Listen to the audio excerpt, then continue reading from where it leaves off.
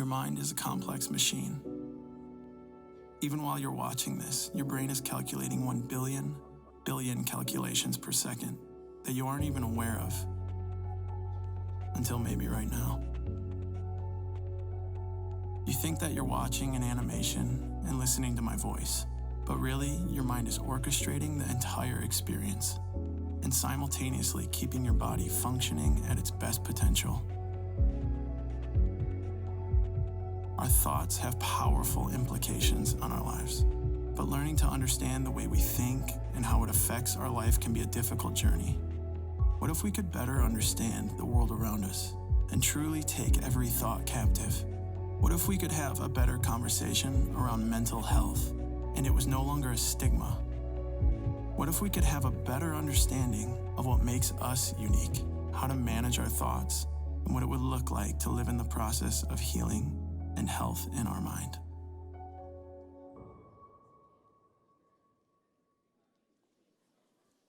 Well, good morning, Kensington. Yeah, I like it. Everyone says the 12:30 crowd is rowdy, and I like it. But you just saw a video of the series that we're in. It's called Mastermind, and the first week was amazing. Ann Wilson spoke, and if you missed last week, I really encourage you to head online and watch it. It is absolutely phenomenal. And today, I expect nothing less, so you're in for a treat. Well, my name is Emily, and if you're new here, I just want to say welcome. And I'd like to introduce you to a place in the lobby called The Hub, and there you can ask any questions about what is Kensington, who are we, what do we do, anything of the sort. And also, we do have a first-time attender gift there as well for you. Something really exciting that's happening around Kensington is that we have been having midweeks here at our Clinton Township campus, and we actually have one coming up on Thanksgiving Eve. It is so fun. We go all out. We get cider and donuts, so we're just encouraging everybody, bring the whole family, and enjoy that service. Also, at this time, I would like to invite all veterans to please stand if there's any in the room. It's hard to see. I don't know if I see anybody. Oh, all right. Well, let's give them a round of applause. We just want to say thank you so much for serving our country, and it's just an honor to be able to share this service with you. Also, something else that is coming up shortly is our baptisms here at Kensington. So if that's something you've been thinking about, maybe you have some more questions, or maybe you just want to hear more about it. Here at Kensington, we believe that getting baptized is a public declaration of your walk with God and just publicly declaring that you're following Jesus. So if that's something sounds like you want to do, I really encourage you either head out to the hub, talk to somebody, or you can go to kensingtonchurch.org/baptisms, and you can sign up there. Talking about Thanksgiving and its holiday season, and the end of the year is soon. And so Kensington created a video to talk about year-end giving. So I want you to check this out with me.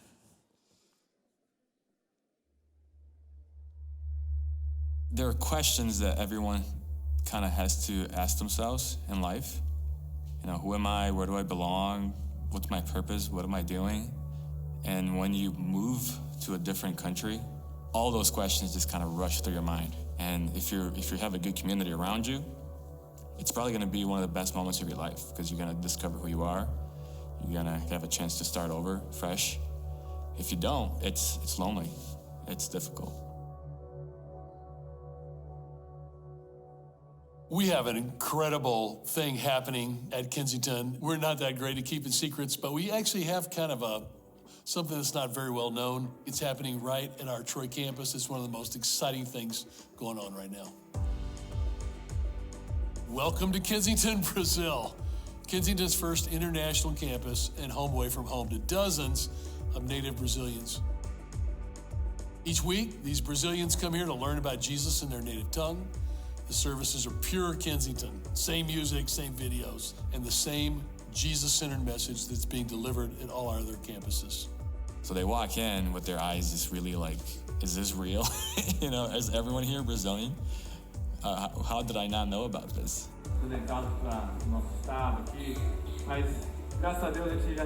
Herbert Cabral is one of the teaching pastors at the campus, founded by his parents, Kleber and Glacia. The church began as an outreach to local Brazilians who immigrated from thousands of miles away. They came for new jobs, new opportunities, They love their new homes in Southeast Michigan, but they desperately miss the families and the culture they left behind. It was complicated because we didn't have anyone, no friends, nothing. And one of the things that helped us a lot was the church. When we started to make more and more friends, and then we started to build a social life. We miss our family, the friends we left behind, and even our jokes we can share here. Since I moved from Brazil to here, I was looking for a church because I used to go to the church in Brazil, and when I found this church here, it was incredible. Does this feel like home to you? Yes, I like home. Pretty much. Yeah. It means a lot for us. It's awesome. We get to engage and love the immigrants that God is bringing to us. And each of them brings such a unique vision and aspect of life that makes us richer people for it. This community is much, much more than Sunday mornings. Meeting also in small groups during the week.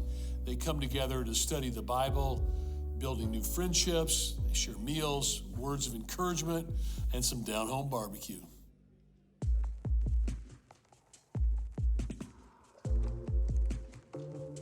When you don't have family around you, close by, in proximity, it's incredibly important and meaningful to have a church that goes beyond just gatherings. But from the very beginning, it's always been about, what do they need every day? Do they need they're brand new here and they're about to have a baby? They'll throw them a baby shower. Someone's moving, we're gonna help them move. It's really becoming their family or becoming each other's family. The gatherings don't just bring people together, they're changing lives too. People like Fernanda Urbani, who's been coming here less than a year. My life wasn't the picture of what I thought it would be, and I was going through a really hard breakup at the time, and I just thought that was it. I couldn't see the light at the end of the tunnel, and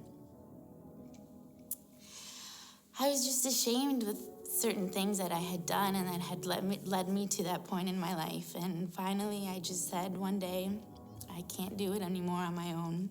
I can't try to search for reasons of why things happen. And then I just said I have to let go and let God, And I just decided to put my life in his hands and let his will be done, I guess, at the end of the day, because it's nothing I can do or any understanding that I have.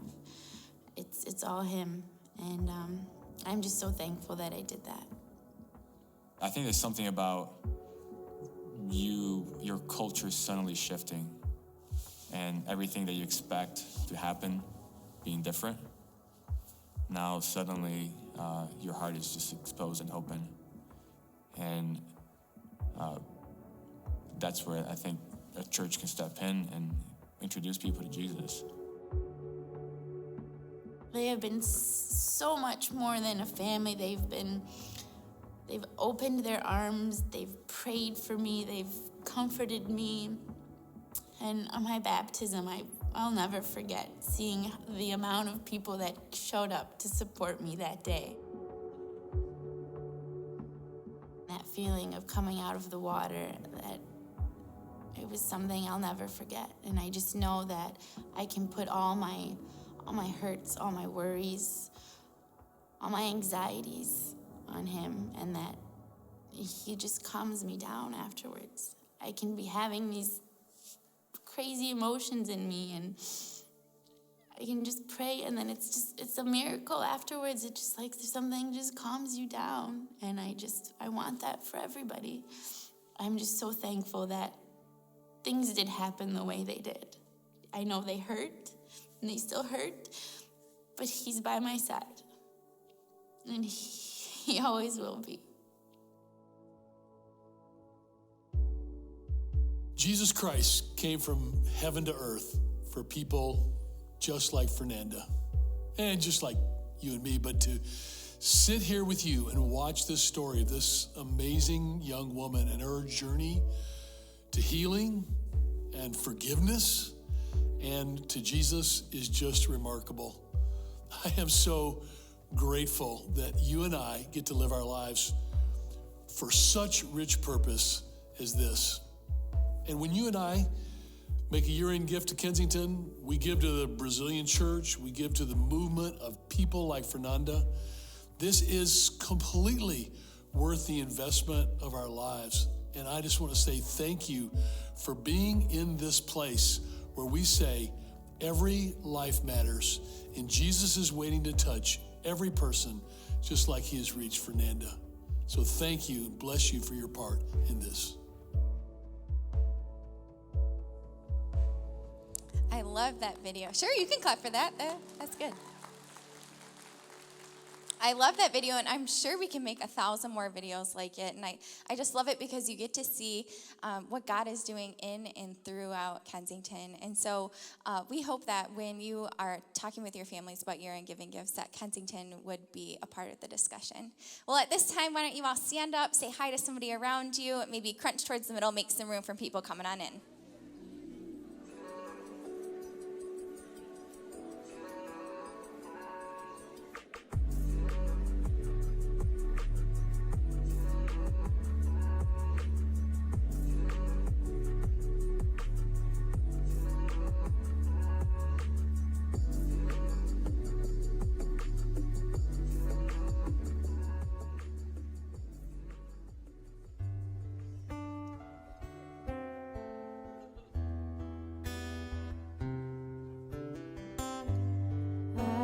Making you believe that what you get is what you see, but I'm so fake happy, I feel so fake happy, and I bet everybody here is just as insincere.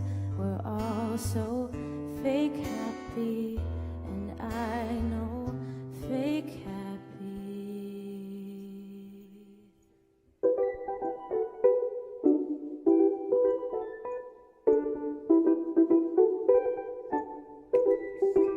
Said I've been doing a good job of making them think I'm quite alright, but I hope I don't blink. See, it's easy when I'm stopping on a beat, but no one sees me when I crawl back underneath. If I smile with my teeth, I bet you'll believe me. If I smile with my teeth, I think I believe me. Oh, please don't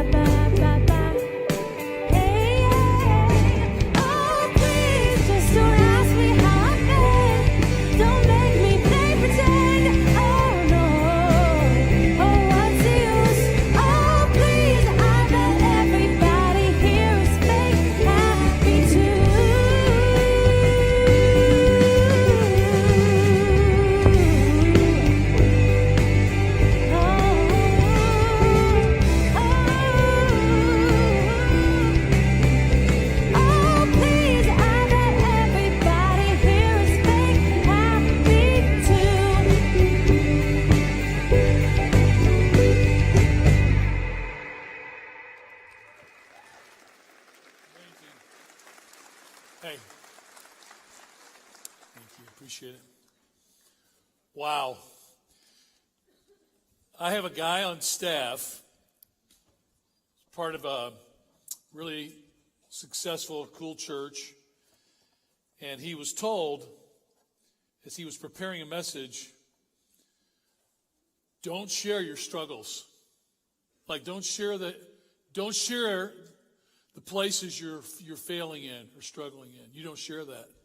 You do, you lose your job. Fake happy is the experience of so many of us who grew up in church. Like, if you had real issues, you hit them like crazy. So the church I was growing up in, all the alcoholics were closet alcoholics. All the people that were going through divorce and marriage problems were all closet problem people, right? Until you couldn't hide it anymore. This fake happy was like, put on the mask.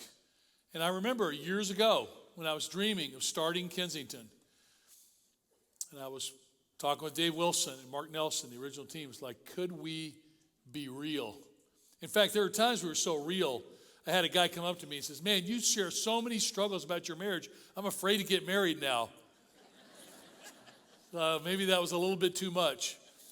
But I grew up in a church where I never heard a pastor or a teacher tell a personal story, certainly never a personal weakness.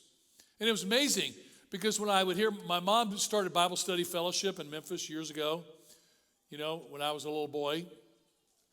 And she and Mary Ann Fraser, man, they were so gut honest, and it exploded. 2,000 women were coming because here are two women telling their struggles and their journey.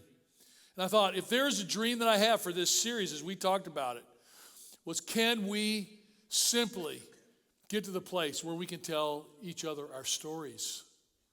And those stories are filled with dark things. I've been struggling with depression from my earliest memories. My earliest memories are sometime around age 5, and I've had depression and melancholy as my shadow companion my whole life. And you probably know very few people who have more reason to be happy all the time than me. I have had an incredible life. Just in the last month, I got to spend 2 weeks in Nepal watching the incredible ministry that's rescuing and transforming young Nepali women. I was able to take my daughter, who just started her law career in Manhattan with Sullivan and Cromwell. And then I just took 30 people to Greece and retraced Paul's missionary journey. But it doesn't matter where I do or what. Yesterday, I was with my 2-year-old grandson all afternoon, just me and my 2-year-old grandson, Theo. And he is way happier than any of my kids were. And we had a blast. It's still not enough. It's not enough. Because these battles are real for all of us. And so I would love for us to be a place more and more where we just go, hey, as you get to know people, and you're in your small group, you're going to Sue Anderson, you're teaching your class in identity at 12:15 service. Just get real with your life. Because all my years raising my kids, I didn't really share a lot with them about my struggles with depression. And then as my kids become adults, I realized they're struggling and we're talking to me about it. Because when you don't bring it into the light, the shadows are just so powerful. Paul and I, watching our grandkids, I was watching one of my grandsons going through a hard time recently, and I thought, even what he's going through right now as a 4-year-old may mark him for life. It may have an influence the rest of his life. And I'd love to be able to protect him from that, but I can't. And here's what I know. The church has the opportunity to meet people where they are. And I want to introduce an incredible woman that we got, Patrick Holden of our Traverse City campus, got to interview Dr. LaTanya Carter last week. And she has some incredible insight. And what I want to do today is let her share with you kind of the insights of where we are, because one of our goals today is to break the stigma of all mental health issues. Because if we break the stigma, then we'll stop hiding and we can share and we can grow together. After that, yeah, it's cool. It's awesome. And then after she shares, one of the things is I really just want to talk about Jesus and mental health. Like, where is Jesus with his own struggles and with our struggles? Where is Jesus as we are in this journey? I want to come up and do that out of Dr. Carter's. As we do that, we're going to receive our offering. By the way, a lot of you, I think most of you are in here to see Fernanda Urbana's story from our Brazil campus. I just want you to know something. The way that I process my life and what we do here, I thought Kensington, September 29th was our 29th anniversary. So we're into our 30th year as a church. We're 1 month into our 30th year as a church. And here's what I want you to know. If all of this would have only been for Fernanda, for me, it'd been worth it, the whole thing. Because one person was of infinite value to God. And to see her life touched in such a beautiful, powerful way makes it all worth it, doesn't it? So thanks for partnering and being in that journey. So, well, that's 2 claps. Okay, I'm on a roll. All right, let's see if I can get a third one. All right. Those of you who are visiting, you're welcome to let it go by, but we just want you to know we'd love to meet you at the hub. We'd love to have you connect and be a part of our journey along the way. So, in light of that, I can promise you what Dr. Carter is about to say, there's going to be new information for everybody in the room. So listen carefully.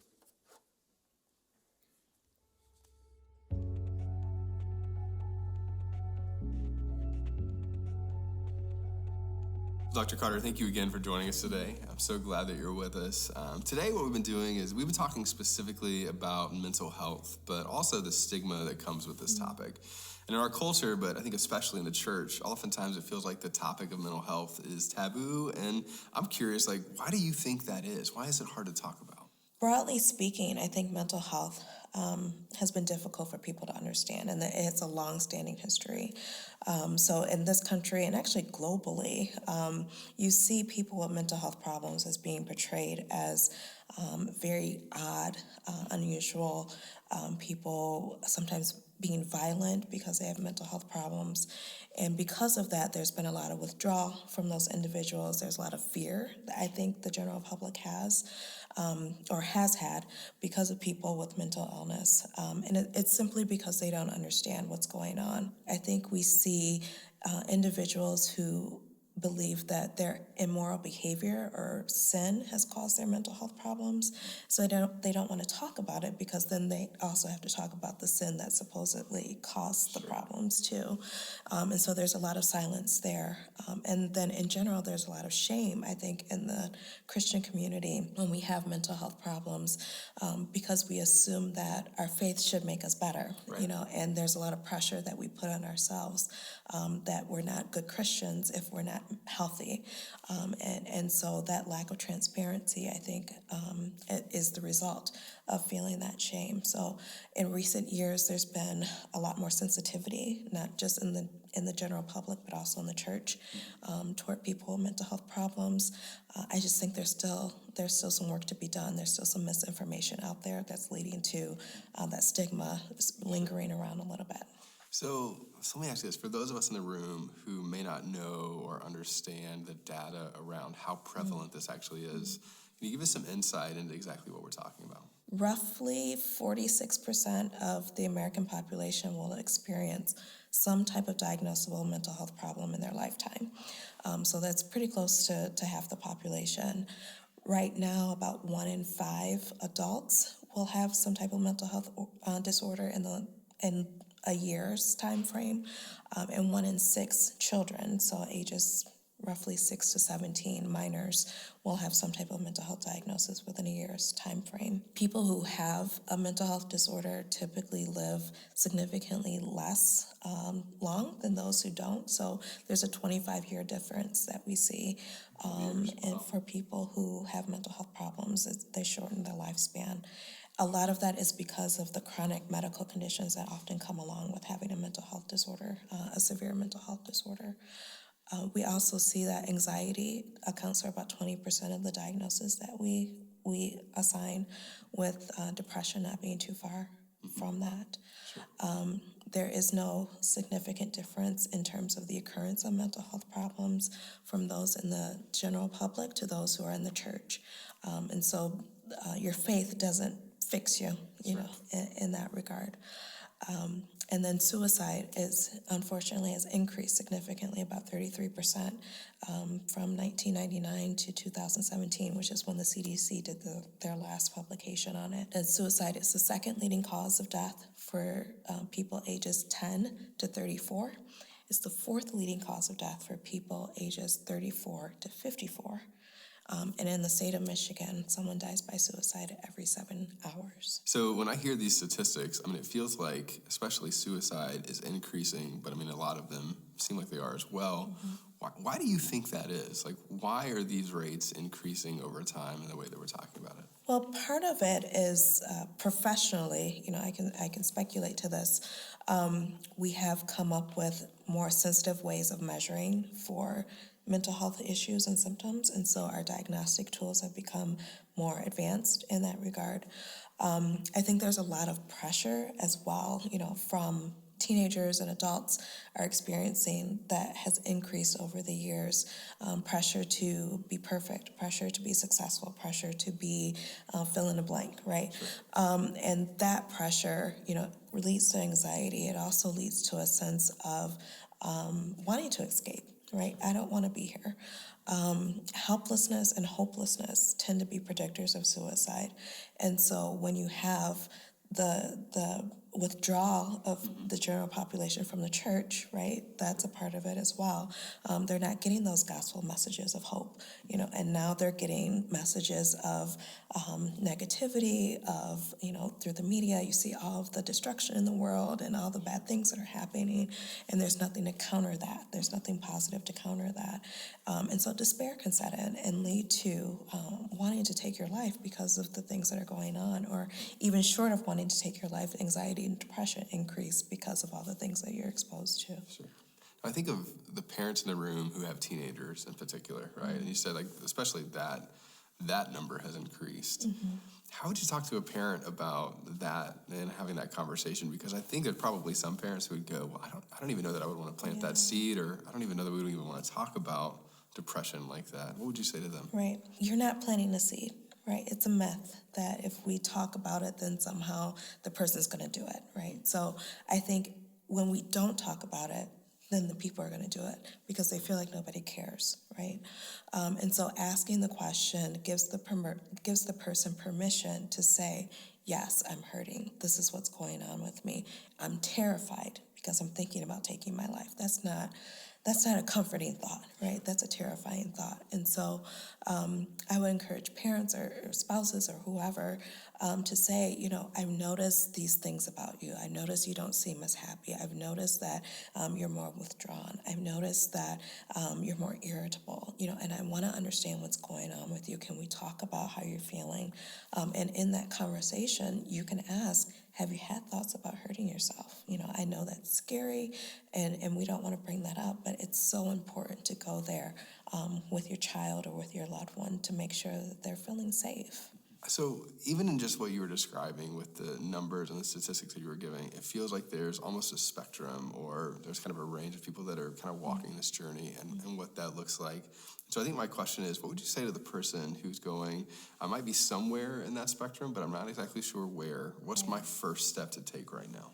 I think being honest with yourself about what you're experiencing and what you're feeling, being vulnerable, not being afraid to be vulnerable. I think denial is a very comfortable place to be.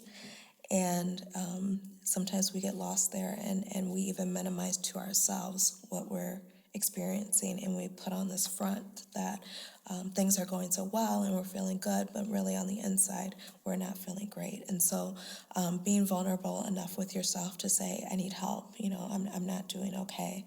And then closely following that step would be the next step of then finding a person to talk to, taking that courageous step and saying to someone that you trust, a safe person, I'm not okay and I need help. I think if you can have someone to walk along with you during that journey, it makes a huge difference in terms of your outcome and your healing process. That's great. Dr. Carter, again, thank you so much. You're welcome. Yeah, pretty amazing. I think all my life, I remember thinking somebody out there has to have it all together. So 31 years ago, we were starting to dream of planting Kensington. We started in Bloomfield Hills. And the first thing that happened was I knocked on doors. And I knocked on almost 3,000 doors. I talked about 1,400 people. People were not connected to church and life. And I remember this time where I was wanting to start a church about the good news about Jesus. And I was at a place in my own life where I was completely miserable. Our marriage wasn't good. You know, I was unhappy. I look back on pictures of our family where everybody's smiling and I'm in the back with a completely deadpan look on my face. And I didn't have terms. I didn't have terms to talk about it. And I just thought, wouldn't it be amazing if we could be a place where there are terms to go, I'm struggling, okay? That's what Dr. Carter's saying, to begin to just voice that, to say, for us to say as a church, there are no perfect people and no perfect families and no perfect place. Actually, you guys, those of you who know me well, know that no one at Kensington has ever called me pastor or Pastor Steve because I don't allow it. You know why? Because it became a term in our culture where we call that to somebody, we place them in a pedestal above us. And I want you to know that I'm not on a pedestal. I'm on the same ground as you are. I got the same hang-ups. I've got the same tendencies to fall and to crash and burn, just like everybody in this room. And it's interesting, as we're going to look at Jesus in a minute, we're going to see that Jesus was on the same ground we were. He wasn't exempt from being human. The other reason, by the way, on the pastor thing is that Jesus identified through Peter that we're all priests to God if we're believers in Jesus Christ. We are God's army, his team of people. We all have the same responsibility to see the word of God and the hope of Jesus spread to the world. And sometimes we put it on certain people as having a special or better calling. It's not true. Your calling is just as important as mine or anybody else's. I just saw that again in Nepal, seeing these young women starting house churches. These women, some of them have been in brothels or been in trafficking for a decade. They're 20 years old, and they become community leaders, church planners, business owners, and they're taking the gospel to Nepal. I'm just telling you, Jesus Christ is alive, and he can do this. But for us to begin by saying, I struggle, and there are no perfect people, because, and by the way, the other thing is really interesting. We were getting ready in the early years of Kensington to do a series on the family, and I remember saying to Dave Wilson, okay, let's get some great illustrations about good families in the Bible.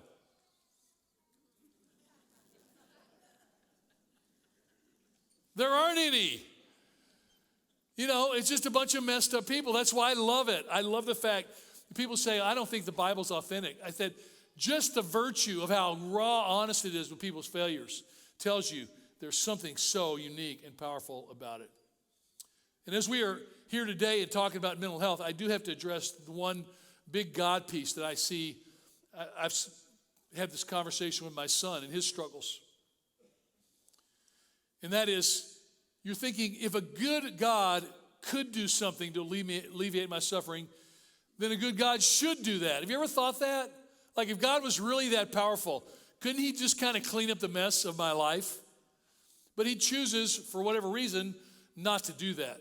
And I know so many people out there, including myself, that feel this way at different times in their life. In the early years of Kensington, for 9 years, I had chronic back pain, where I spent, in the first 7 years of Kensington, I spent 3 years in bed. And a lot of that time, I couldn't even get out of my bed to make it 15 feet down the hall to the bathroom. That's how I felt like my life was completely gone, and I was just buried in grief and anger at God. Like, God, why? I'm trying to serve you. I'm trying to do a good thing, and my life is a disaster. If you could, you should.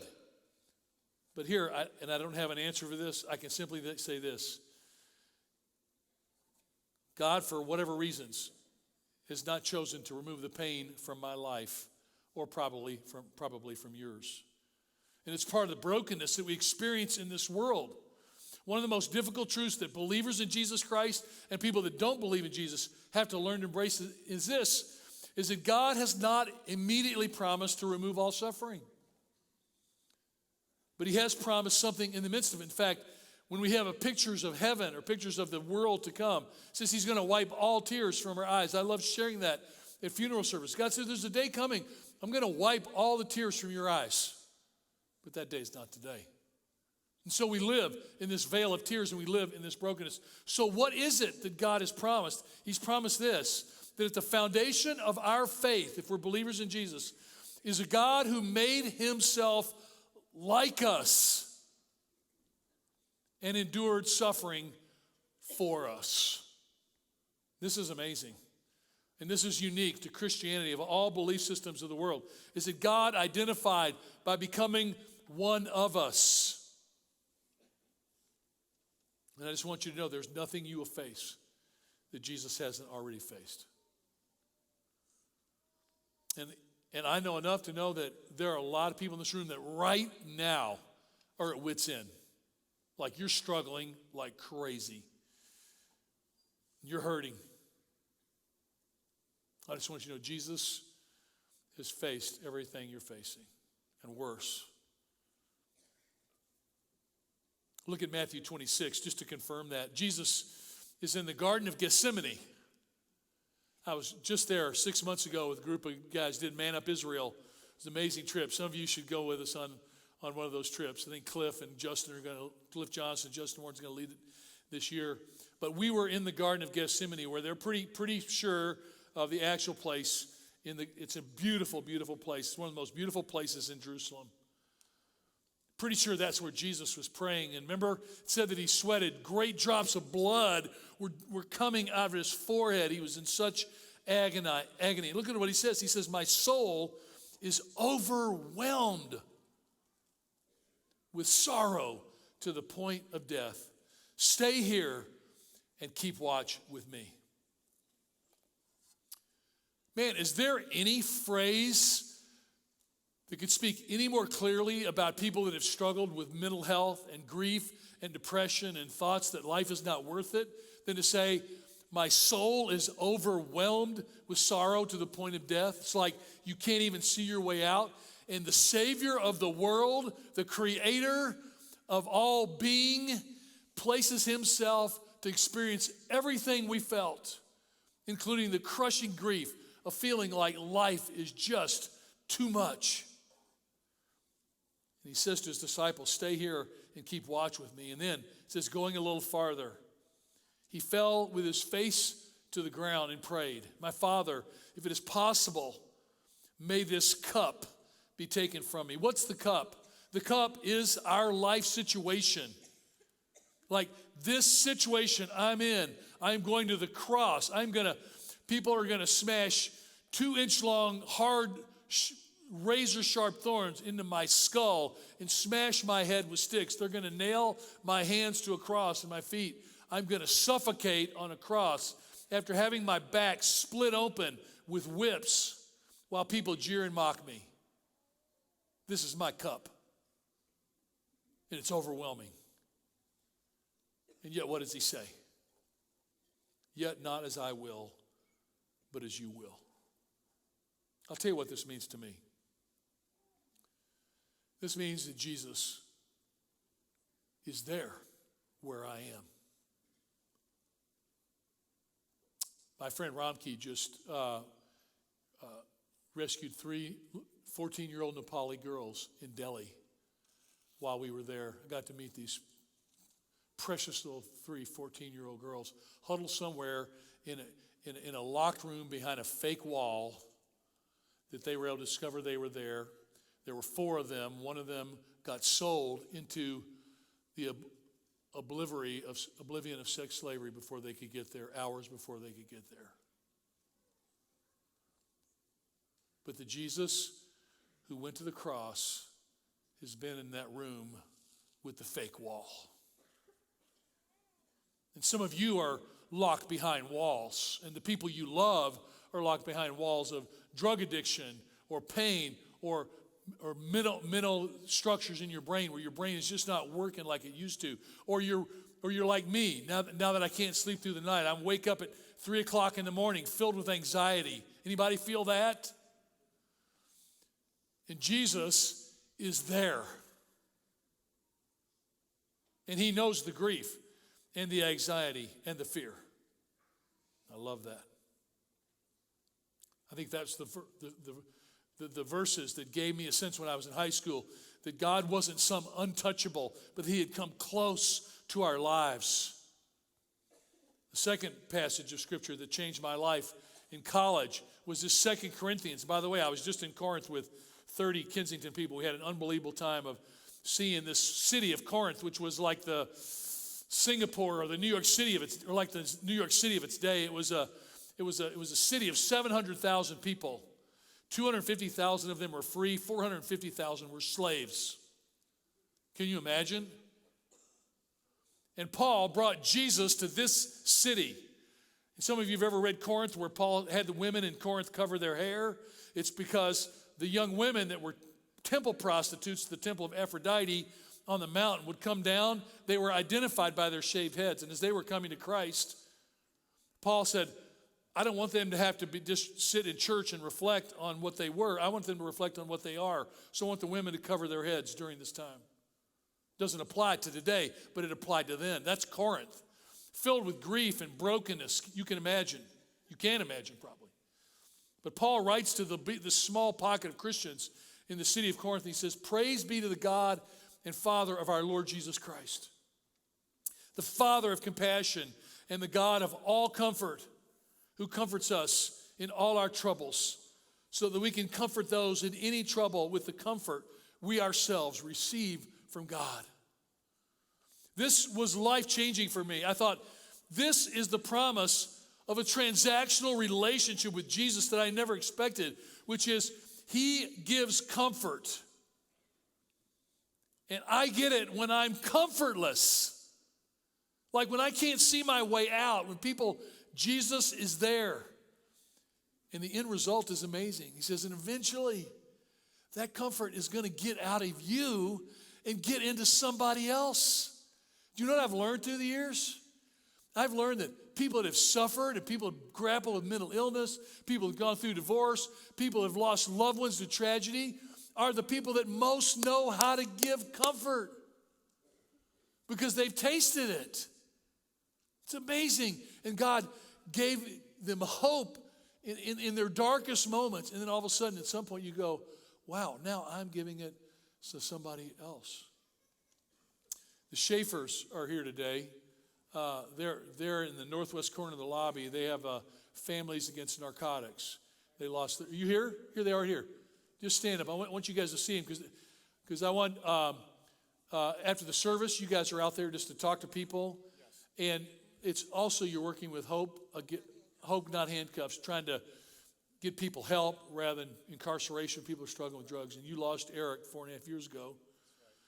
And he had been sober, you said, for 2.5 years. And then stress and anxiety and the pressures of life got him, and then he died from, and relapsed.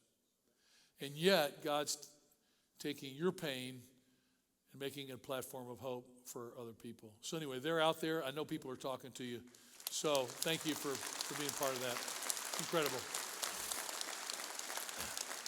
Hey, and on a lighter note, just for fun, go Packers. Oh, sorry. Oh, not good. Yeah, he's a Packers fan. Maybe you don't want to talk to him after all. But this verse is literally what you're living, where it says, it describes God, the Father of Jesus, as the Father of compassion. This word compassion is an amazing word in the Hebrew and in the Greek. It's literally splanchnizai, and it means bowels. It's like saying he's the Father of bowels. What does that mean? What it means is, Paul is saying the God who loves us is in touch with us. Because when you feel anxiety, some people will feel shortness of breath, but most of us, when we feel anxiety, where do we feel it? Touch where you feel it. You feel it right here. You get a nervous stomach, you feel nauseous, you think you're going to throw up, you have to run to the bathroom. You literally can't, if things are going wrong, you can't eat anything for days sometimes. That's a real thing. You feel it in your gut. Paul is saying the God and the Father of our Lord Jesus Christ loves you from his gut. Isn't that amazing? Like he feels the pain. He has the deepest level of feeling and concern for you from his bowels. And we translated it heart in the English for some reason because we thought that was daintier. And it's really a bad translation. The other thing he says is he comforts us. The word for comfort here is parakaleo. And this is so good, you guys. Parakaleo means to call to one side. Imagine a person that's struggling. When a person is really struggling with mental health, almost all people are tempted to do what? Isolate. And God says, the God who loves us calls us to where? Come on. Calls us to his side. Calls us alongside. It's not like, hey, fix your mental health. What's wrong? Get it. He's like, hey, come on, let's walk together. Let's journey together. Just like Jesus did when he was on this planet. This is what God says. He says to come alongside. And in fact, for those of you who know the Bible, when you get to the Gospel of John and Jesus says, I'm going to go back to the Father and I'm going to send the Holy Spirit, the Comforter. That's the noun of parakaleo. It's paraklesis. That's the one who calls you to his side. That's who's going to be with you. God's going to be with you every step of the way. There's no place you can go he won't be with you. That's where the writer of Hebrews says, God has said, I'll never leave you, I'll never forsake you. And boy, do we need to know that when we're at our darkest moments. He finishes that 2 Corinthians, says, for just as we share abundantly in the sufferings of Christ, so also our comfort abounds through Christ. So isn't it interesting that Paul is saying you choose to follow Jesus, are you exempt? You answer it out loud. Are you exempt from suffering? Keep that verse up there. Are you exempt from suffering? No. In fact, it's what? It's the opposite. He says, we are called to share abundantly in the sufferings of Christ. You know, when we connect globally and when we serve and we get involved in ministries all in this area, we have brothers and people everywhere doing stuff like Families Against Narcotics, Hope versus Handcuffs, all the ministries, the fighting of human trafficking in this region of Detroit. My buddy John Cummings just talked about a team of people fighting for that. Being in Nepal is that we actually, as we step into people's sufferings, we share in the sufferings of Christ. Now, it's interesting. When Paul wrote this book, it was around 60 A.D., and there were probably about 5,000 or 6,000 believers in Jesus Christ in the world at this time.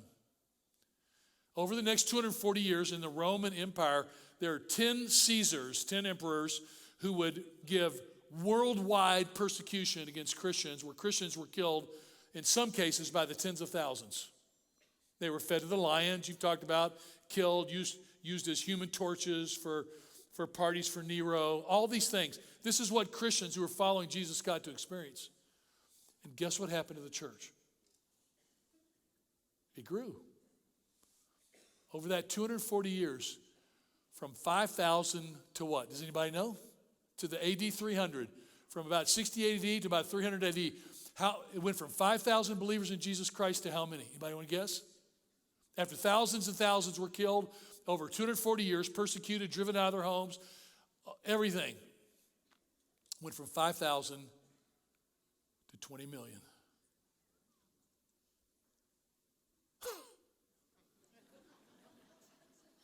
Now, there's a formula for growing a church.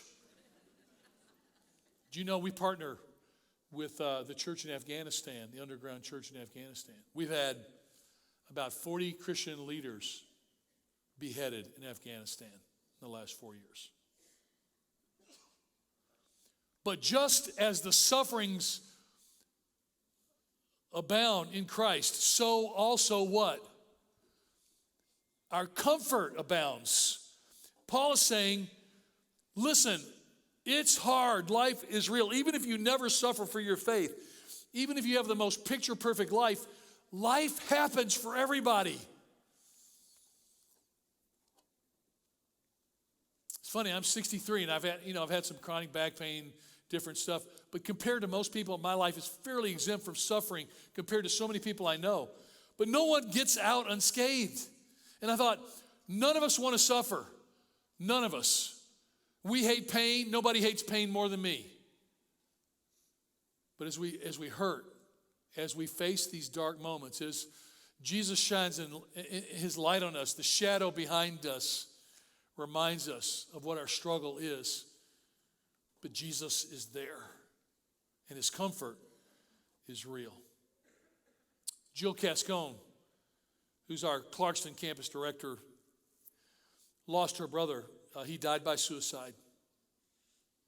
She said that's actually the right way to speak about it. The mental challenge and overwhelming feeling of people as a mental health problem. She said, she just sent it to us, and she said, just remember, so many people that are going to be there, like in this service today, are suffering, have suffered the loss of people they loved. And said, encourage them that we want to tear down the walls of stigma around every mental struggle, including suicide, that it's okay. It's not only okay, it's important that we talk about it. One of my children came to me a few years ago, and I had noticed real, like they were just living in a real shadow world, And they said, hey, I just spoke to Paula and me and just said, I need to tell you, it's been about 3 years now, but I wake up every morning, I don't want to be alive.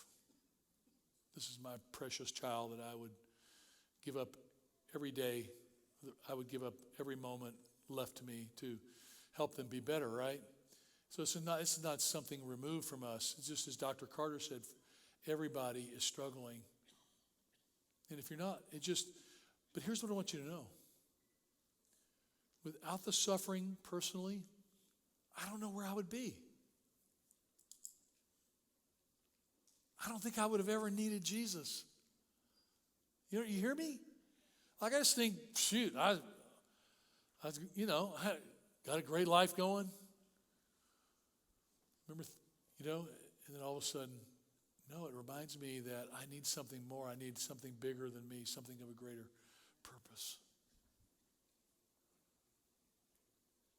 Jill was saying how, as she thought about this challenge, she said, I don't pretend to have any knowledge on these important, complex issues. But she said, but I do have the unfortunate experience of living it. And she said, I pray daily for Jesus to use my pain as my platform.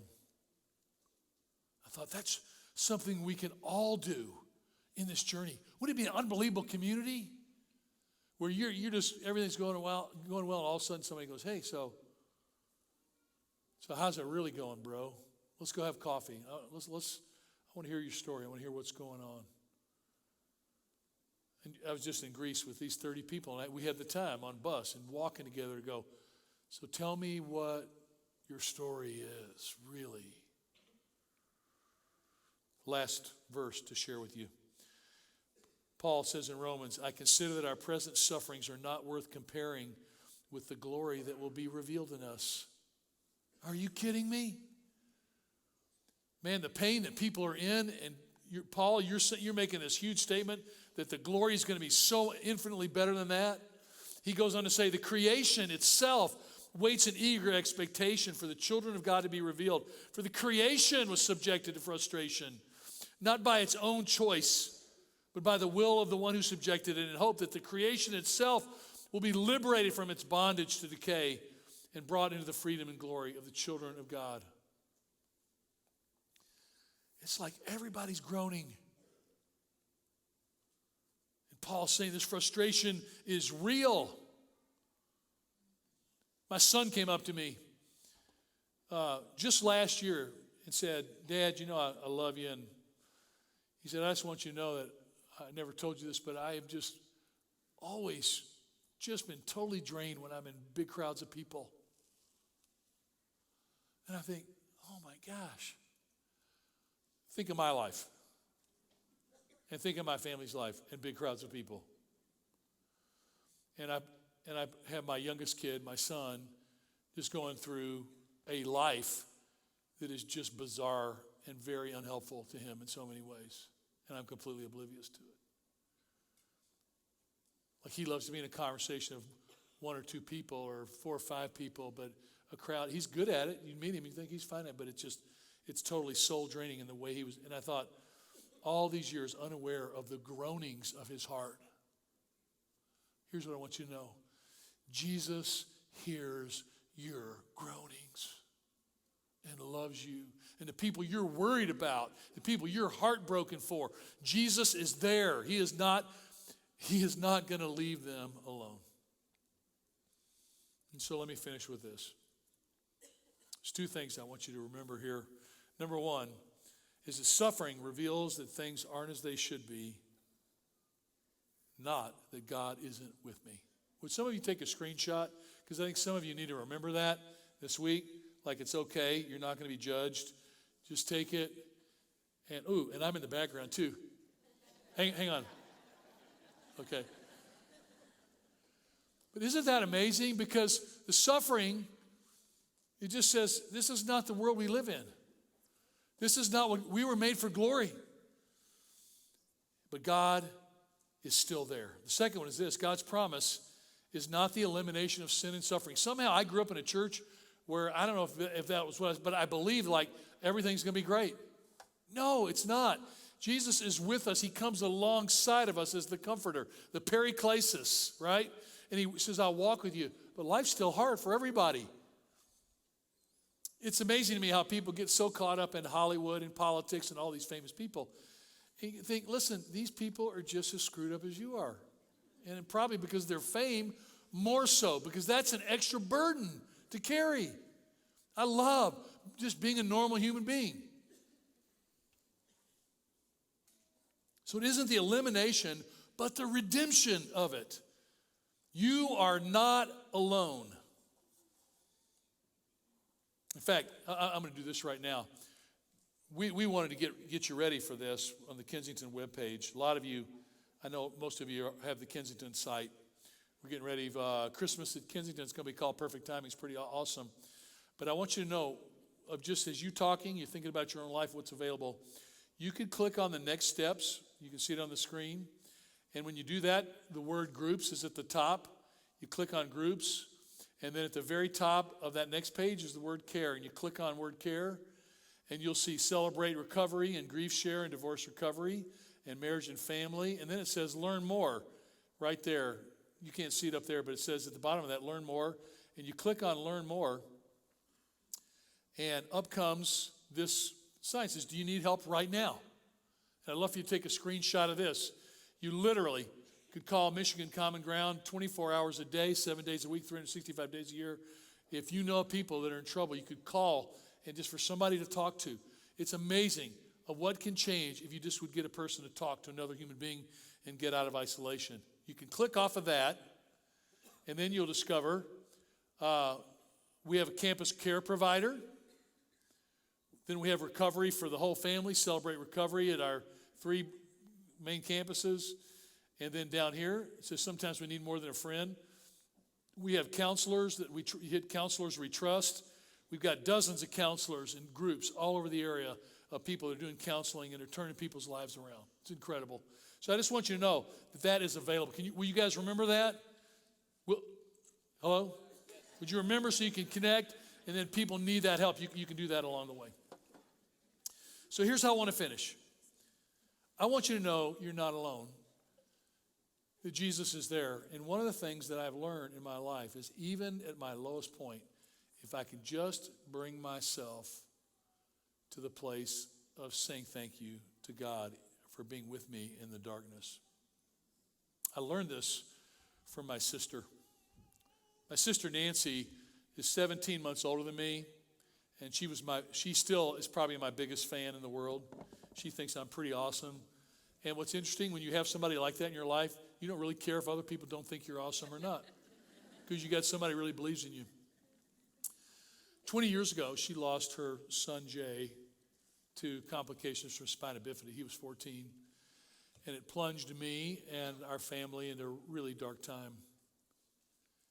And a month after Jay died, she was diagnosed with late stage 3 breast cancer. And so she got plunged into that while she's grieving the death of her son. and trying to raise her 3 other kids. She came through the breast cancer well. That was 19 years ago. She's great. I should get her to come up here. Actually, if I got her up here to speak, you go, wow, there is somebody in that family that's actually a good speaker. You'd be amazed. She's really good. Right as she was coming out of the breast cancer treatment, she got really sick and she lost 80 pounds. She's a big person. She weighed about 170 pounds. And she was down to 90 pounds. And I was actually preparing to do her funeral. My sweet sissy, just always loved me and cared for me my whole life. And just to make that part of the story, she discovered at her 3rd trip to Mayo Clinic, thank God, somebody did a test. She found out she had celiac disease. She was dying from gluten, allergy to gluten. Everything she was eating was literally running right through her. She had diarrhea for a year, and she was eating 3 or 4 meals a day and starving to death. And she couldn't even write a postcard to me. And later I asked her, Nancy, how did you survive that 2 years after Jay died? Your brain wasn't working. You were starving to death. You had breast cancer. You couldn't even write me a postcard. You couldn't even think. I said, what did you do? She said she couldn't work. She said the kids would go to school, and all she could do was turn on praise music in the house and just sing hymns and praises to God. She said, I didn't feel it. I didn't feel any thankfulness, but I just sang thanks to God. And she said in that, over a period of about 1.5 years was the turning point of me realizing that Jesus was there even in the darkest moments of my life. Now, praise is not all that to do. That's why we gave you all these other action steps to do. But in the end, I would love for us to be a community where we say to each other, hey, tell me your story. And the second one is we learn together to thank God for everything, even the darkest, hardest moments. Thank you, Lord, that you speak to us in these moments. And Lord, as we sing this last song, as it gets communicated, would you just touch our hearts to know that you're there, that we're not alone. And Lord, all of us in this room, that we just would not isolate in the midst of our struggles, and that people that we love, that we'd work really hard to not let them isolate, that we'd get them the help and the encouragement, get them that next step to come alongside as you've come alongside of us. In Jesus' name.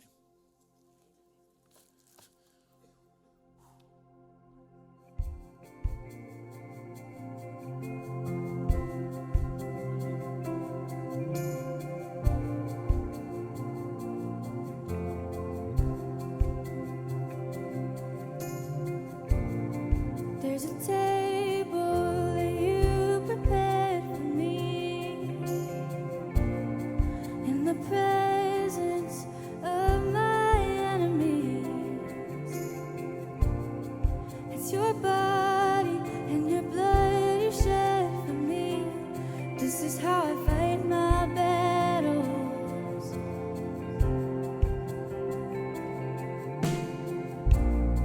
There's a table that you prepared for me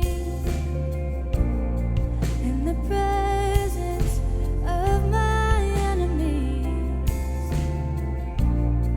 It's your body and your blood you shed for me. This is how I fight my battles. And I believe you've overcome, and I will lift my song up, praise for what you've done. This is how I fight my battles. This is how I fight my battles. This is how I fight my battles. This is how I fight my battles. This is how I fight my battles. This is how I fight my battles. This is how in the valley, I know that you're with me, and surely you're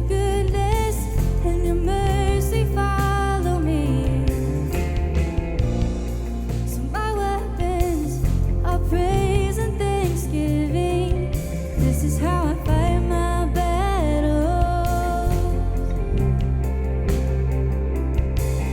And I believe you've overcome it.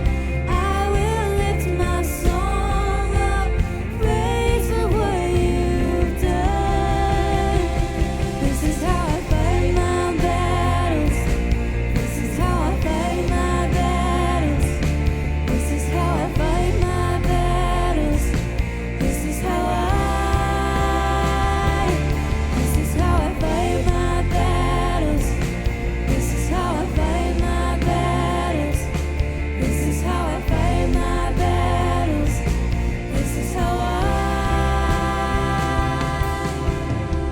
It may look like I'm surrounded, but I'm surrounded by you. It may look like I'm surrounded, but I'm surrounded by you. It may look like I'm surrounded, but I'm surrounded by you.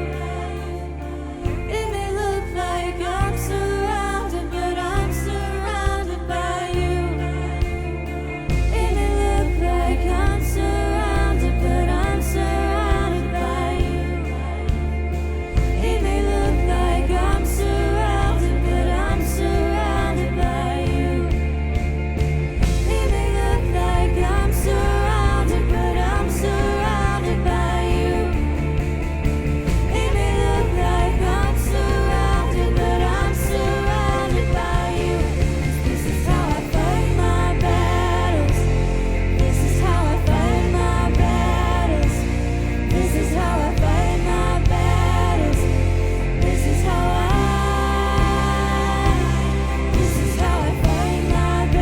battles. This is how I fight my battles. This is how I fight my battles. This is how It may look like I'm surrounded, but I'm surrounded by you. It may look like I'm surrounded, but I'm surrounded by you. It may look like I'm surrounded, but I'm surrounded by you. It may look like I'm surrounded, but I'm surrounded by you. This is how I fight my battles. This is how I fight my battles. This is how I fight my battles. This is how This is how I fight my battles. This is how I fight my battles. This is how I fight my battles. This is how So good. Great.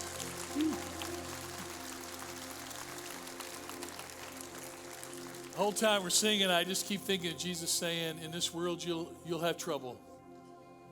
But be of good cheer, he says. I have overcome the world. Like in the end, he's risen from the dead. And Scripture says he's in the process of making all things new. And I just think we just keep believing, we keep trusting. And the beautiful part is, even as things don't all come together for us, is we love each other and encourage each other and support each other. God is using that to make us new, like to turn our pain into platforms where we can care for other people, taking our brokenness to give us greater compassion from our gut and love for other people, to lay our lives out for the world, to be engaged as a church in touching the world in every way possible. This is a life worth living, even when it's hard. And this is what Jesus has called us to. Love it. Hey, I just want you to remember, we got baptisms coming some point. We've got people to pray with you down front. I know some of you just feel the load to let that do it. Christmas coming, Thanksgiving Eve, God's moving, and love being a part of it with you. Thanks for sharing this day. See you.